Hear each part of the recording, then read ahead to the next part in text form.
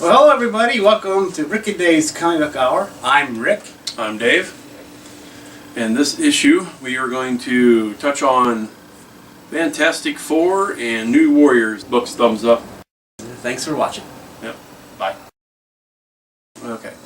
Well, hello everybody. Welcome to Rick and Dave's Comic Book Hour. I'm Rick. I'm Dave. And this issue we are going to touch on Fantastic Four and New Warriors. They relaunched these books. We got Fantastic Four number 1 and 2 that came out here recently. And of course I didn't make any notes, so I'm going to wing this as best as I can. That's nothing new for us. Yeah. So anyway, the Fantastic Four are back from their year-long voyage into the outer space and went through time and had all kinds of adventures there. Now they're back home and got some snazzy new costumes, got a new snazzy artist and writer, and starts off with Sue Storm writing a journal and recapping some things that happened recently. They had a big battle with Fin Fang Foom, which he wasn't really himself and they beat him pretty easily. And then we see Ben Grimm getting back with Alicia, and Johnny Storm is apparently a musician, singer, and he puts on concerts, and so they touched on that. And then by the end of the first issue, after they kind of reestablish everybody's back home and what's going on, and all hell breaks loose. So in the second issue, see, they got I think they got a pretty good drawing here of all these alien demon dudes or whatever they are come flying out of the Baxter building. And exactly where they're from, they never really clarified, I don't think. But they did figure out a way to defeat them. They got a really cool looking new Fantastic car, redesigned, and specially designed for Ben Grimm so he can easily fly it. Well, that's cool. I like that.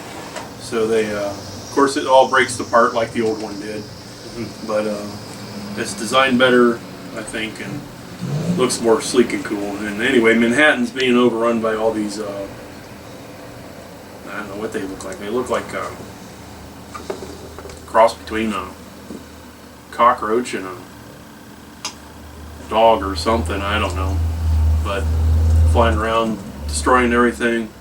Of course, everybody in Manhattan's trying to do their best to stop them, and Reed figures out what to do, and Johnny Storm is the one that gets to stop it because his powers would be able to do that, and he got a big boom there at the top. And of course, spoiler alert, looks like Johnny's powers have been tapped out. So that's where they end at second issue. So that's a little bit of what's going on in Fantastic Four at this point. I like the art and the writing so far. It's pretty cool. And the new costume designs are pretty neat. I think I read something where they decided to go with a red just because the storyline is kind of the beginning of the end of the Fantastic Four. So we're going to watch them. Somebody out there is after them and going to rip them apart one way or the other, so tear their family apart and all that kind of thing. So apparently it's something personal. So you like this? So you like this relaunch? Oh, not well, I guess renumbering. Yeah, relaunch. But none of this, yeah. I don't know why they went with the renumbering. I mean, they could have picked up issue 17. New storyline. I mean, that's what they used to do. But anymore, every time they change up the art team, they gotta renumber everything for some stupid reason. But so you like this new artist? Mm-hmm. Okay. Yeah. So let's see what's his. Well, let's see. James Robinson and Leonard Kirk are the writing and art team on that. You can't go wrong with James Robertson writing the book. I mean, I've liked his writing. I liked his Starman. I know a lot. Some did and some did, but I liked his little run on Starman. And I've liked his comics since then. So, I mean, you should have I think you won't be disappointed with his writing on the Fantastic Four, and it seems that you're not. I don't read his Fantastic Four, but I guess I could. I'm right there, but I don't. I haven't read them.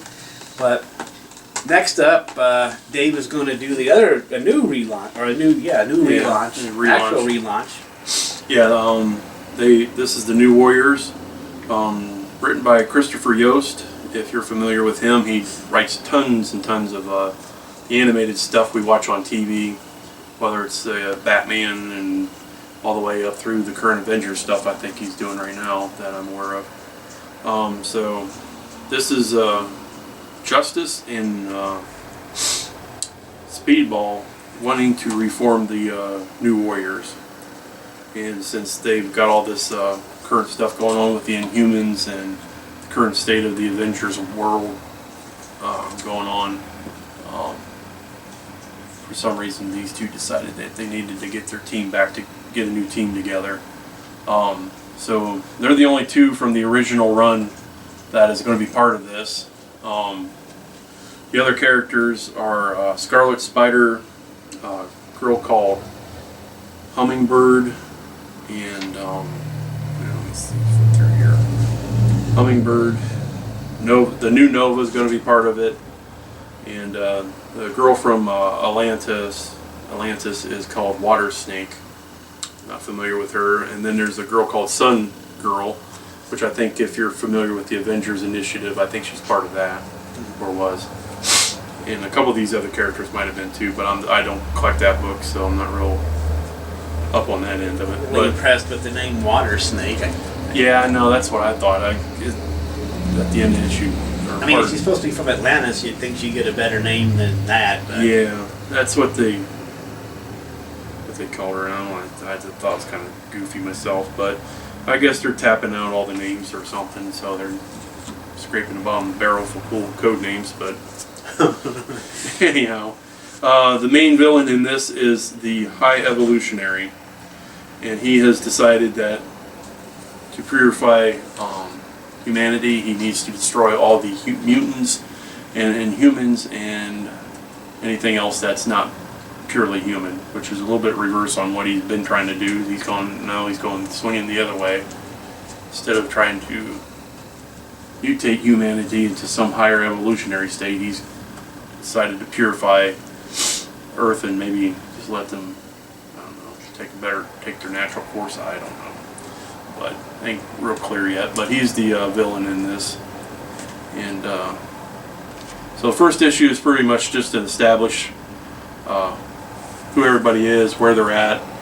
They haven't kind of come together as a team yet, but there's things all going on that High Evolutionary's sending out his warriors to eradicate, witches and mutants and Inhumans and everything else. So it'll all come together here before too long, I'm sure. Do you like the characters? Yeah, I do. I mean, Justice always thought it was a pretty cool character, although I think it's a stupid code name for him.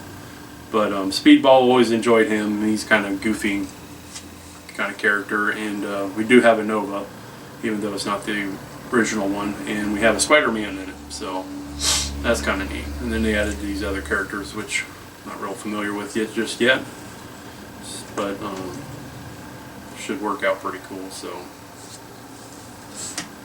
overall, pretty good.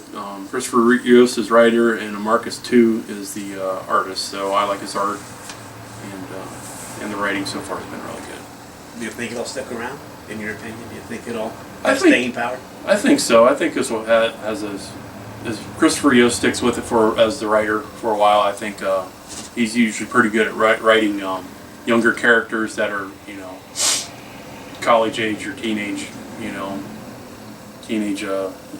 age kids or whatever.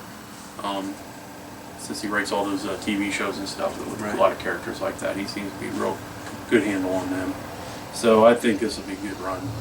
I'm kind of looking forward to it. I always enjoyed the old New Warriors from the 90s, and always thought that was a pretty cool team. You had your Night Thrasher and Namora and whatnot going on in there, so that was always kind of fun. So that's the long and the short of those. So I suggest I give these books thumbs up. suggest you go out and try them out. Want something new, and so there you have it. Thanks for watching. Yep.